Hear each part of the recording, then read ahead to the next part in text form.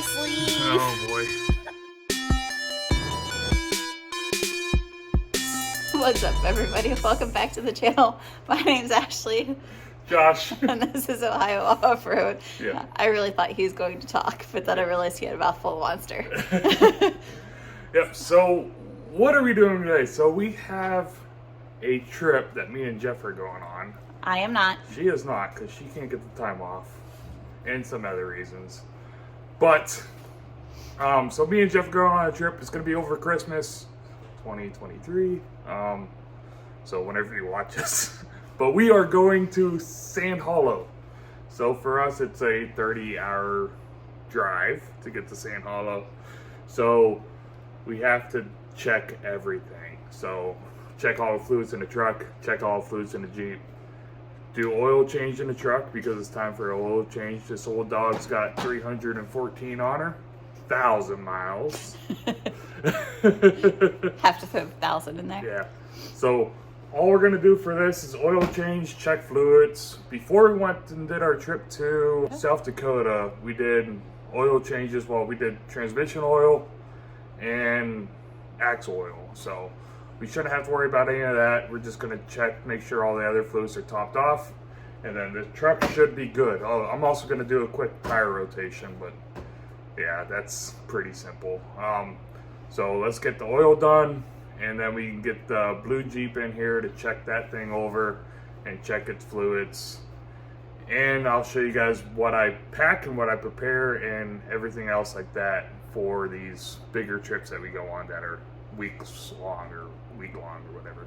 All right, let's get to it. Guys, if you have not changed the oil on a diesel truck, let me just tell you, the drain plug is in the absolute worst spot ever. On the Cummins. On the Cummins. And you will get oil everywhere. Yeah, it just like goes straight down. It does. It doesn't like shoot out. Because I believe we did a video before where I did an oil change on the truck, and I had oil all in my brand new haircut. Yep. So, yeah, full warning. It's a dirty job. And of course, we have Supervisor Willie in the garage. Already making sure Josh is off to the right start, using the right tools. Mm-hmm. And with the diesel Cummins, it requires the T6 1540. I think you can put something other than T6s in it. I think you can put a T4 and a T5, whatever. But we like the T6. We do the T6. It's a little bit better. And at 1540 for us, I think that's also one of those like area dependent. So if you live in a hotter environment, you might have to get something different. Or if you live in the Great White North, you might have to get something different. But for us, it's 1540. Yeah. But I remember a couple years ago, we were looking everywhere for this. Yeah, during the pandemic, you couldn't find it. You couldn't find it anywhere. Yep. Akron, Ohio was the place to go get it, because apparently nobody has diesel trucks there. Yeah. Nobody has diesel trucks in Akron, Ohio. But there's a lot of people with diesel trucks in Youngstown. There is. I don't understand that. Oh. So we just take a 3/8 with a little bit of an extension. That helps to break loose your plug, and then you just take your plug out. Yep. Very carefully. Because if not, it's Splatter City.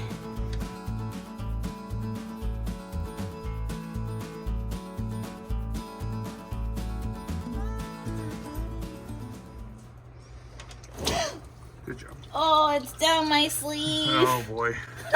All right, I'll get you a rag. That's it. See what I mean? It's a messy job. Yep. All right, rag time. Okay, paper towel.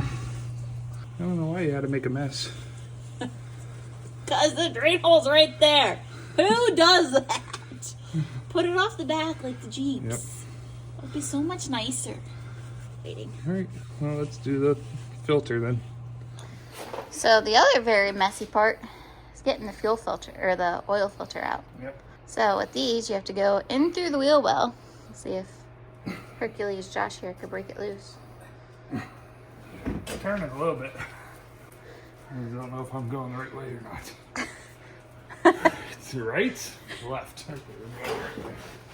You look like you're having fun there, Josh. Okay. Blast. Whew. And then you have to fish it. Once you do get it loosened up, you have to fish it out through this hole here. So there's our old oil filter. You have to fish it through this hole here. And you're going to dump more oil everywhere. Yep. You just are. Now, the guys that designed this one, come on, do better. At least give us a break. Yeah. Especially those of us that are on the floor mechanics. Yeah. I think that's the biggest thing is we're still poor, never be able to afford a lift, so probably could afford a lift if I stopped going on trips.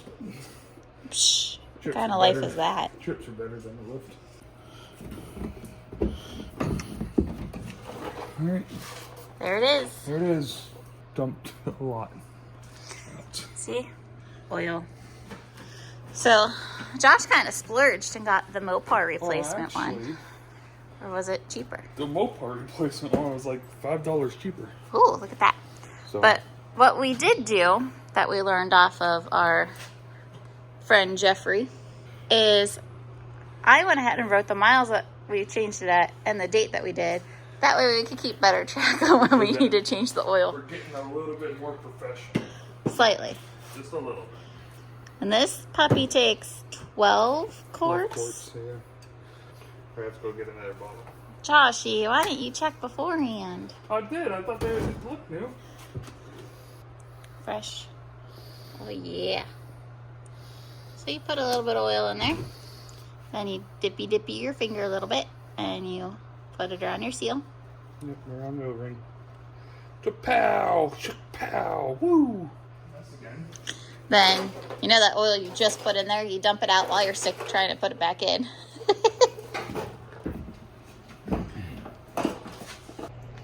So while he's trying to figure out where the filter goes It's blindly. We got it. Got it? Got it. Okay, while he hulks it down, Yep. I'll go in there and put the plug back in. Yep. That way we could just pour in, go run to the store, go get more, pour in, and then that will be all done. All right, everything's tightened up. So now Ashley is just filling her up. And then we'll have to go get another 2 quarts. All right, so we put the last little bit of oil in. Josh checked it, level is good. Yep. So now we're gonna rotate some tires. Yep. All the Ugga-Duggas. Kind of rotated. I don't know if this is the proper way to rotate a dolly, but that's what I've been doing. I've been taking some of this. I want to keep these as mates, so I don't want to mix them up. So I've been putting the 2 mates on the rear on the front, then bringing the fronts to either side of those dolls. And it seems like it's been working pretty good, so we're just going to keep doing that. I'm sure a Google search would tell me, but we don't need Google. And if you look, I mean, he's actually using the right pocket today. Yeah, cool. Well, that's the right one, but Wrong type of extension. wrong extension.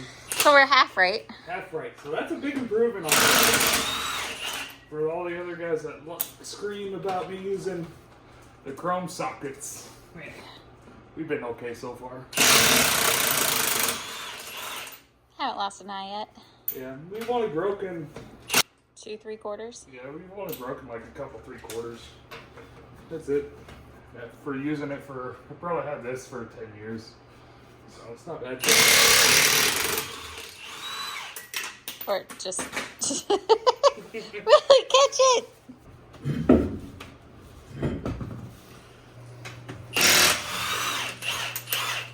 Zip that one on. Go take the other one off. Yep. Jack up the other side. Fastest tire rotation ever. Yep. I just put it back here. And one thing Josh does is he lines up his valve stems. Yeah. Don't be that guy if you have a dolly and misalign your valve stems. Line them up so you put that chuck in the same hole, fill them up. Then you don't have to go searching for the other one. But yeah, just gotta tighten everything down, pop that off the jacks, and then Forget. the truck's pretty much ready. Drop it low. Drop it low. Good job. Okay, so truck is ready to go to Sandhollow. We pulled in the blue Jeep. Josh checked all the fluids.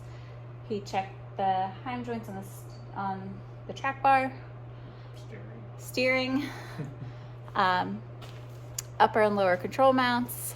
Yep.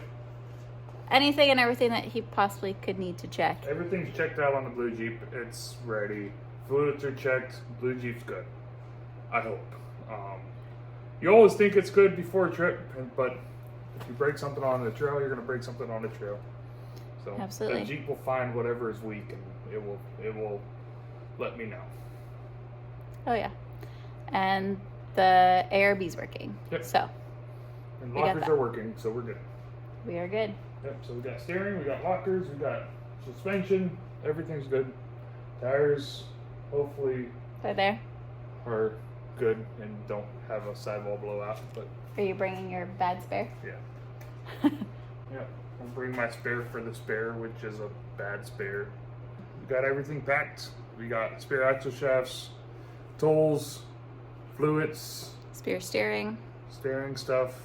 And Jeff brings half the tools and Josh brings the other half. So Yep. they just have to discuss who's bringing what, unless they already know. It's just the same thing. So I'll bring the impacts and he'll bring the rest of his whole chest thing. So I'll show you how we have everything packed. So the tools aren't loaded just yet, but we'll always put the spare tire in the back of the Jeep.